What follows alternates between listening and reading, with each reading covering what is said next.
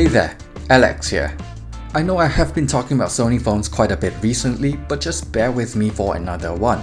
Because this time round, I'm going to be talking about the brand new Xperia XZ Premium, and it just might be one of the best phones around.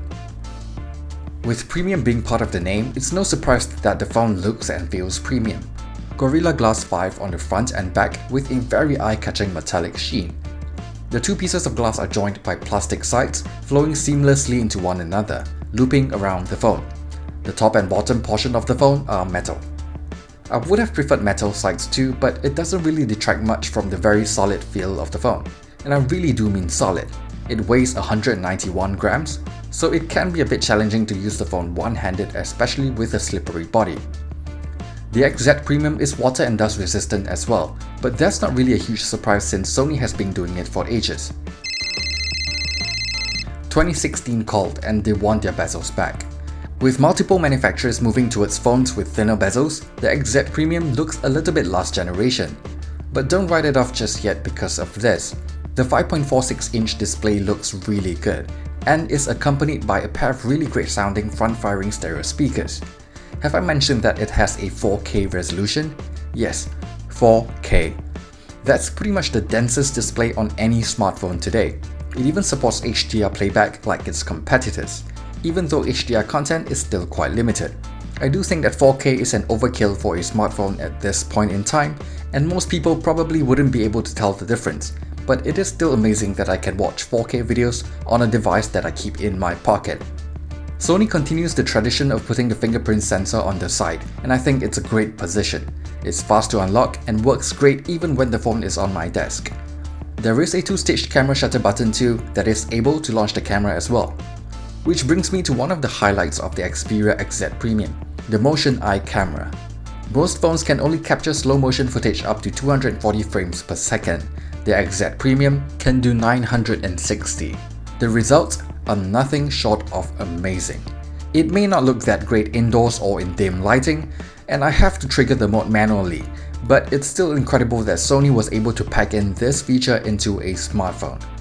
There is a predictive capture feature as well, which starts capturing images 1 second before I press the shutter button, which comes in handy for capturing moving subjects. The regular video mode is pretty darn impressive too. Even though the rear camera lacks optical image stabilization, Sony's steady shot technology works great and is one of the best stabilization I've seen on a smartphone. Compared to previous Sony devices, Sony went with a slightly lower 19-megapixel camera sensor to increase the pixel size a little. It captures really good-looking still images with nice details, colors and contrast.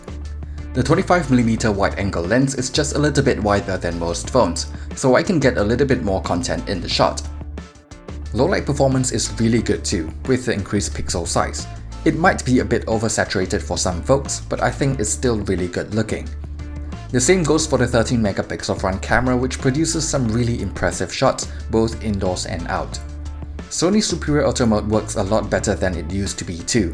And while I'm still not a fan of how 4K is a separate mode, the whole camera experience is a very enjoyable one.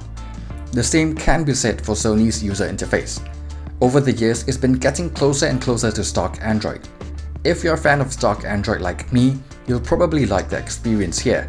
There are a bit of additional apps which I can remove if I want to, a few minor visual tweaks, and a few extra settings here and there. It comes with the standard suite of audio enhancement features that we've come to expect from Sony. For some reason, they removed the double tap to wake and sleep feature, something that I actually found really useful. Instead, they added something called Xperia Actions, which basically helps to automate some basic tasks based on the day, time and location. For now, there are only 3 options, each with its own set of parameters that I can change. There is also a smart cleaner feature that will help optimize storage and memory use based on my usage, and can help to clean up the cache too from time to time, which will hopefully keep the phone running fast for a long time. And it is definitely one of the fastest phones I have used. The speed and responsiveness is really impressive.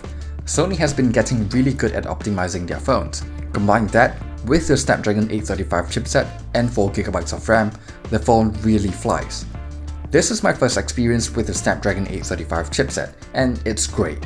Gaming at the highest graphics setting, it's still smooth with consistent frame rates.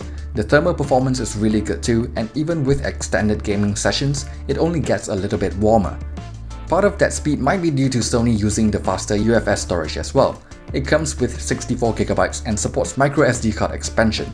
Or if I don't need that extra storage, I can put in a second SIM card. It's just a little annoying that the phone still reboots every time I pull the tray out. The phone is powered by a 3230mAh battery, which may sound a bit small for a phone with a 4K screen, but it's actually really good too. It lasts me a day of use really easily and supports fast charging too. If I need it to last a bit longer, I can just turn on Sony's stamina modes. Sony also included battery care technology to help improve the lifespan of the battery. So for heavier users, there is less need to worry about the wear and tear of the non-removable battery. The Xperia XZ Premium basically packs in all the latest hardware that one would expect from a flagship phone in 2017. It may not have a tall display, slim bezels or a dual camera setup, but it has other things going for it, like stereo speakers, 4K display and the 960 frames per second slow motion camera. It does all the basics right too, and even the software experience is really good. So if you're looking for a big screen flagship Android phone now, the Xperia XZ Premium is still a pretty great option. Well, except if you're in the US, because the fingerprint sensor has been disabled for some reason. Thanks for watching this video. If you liked it, be sure to give me a thumbs up and subscribe to the channel. Thanks, and see you guys on the next one.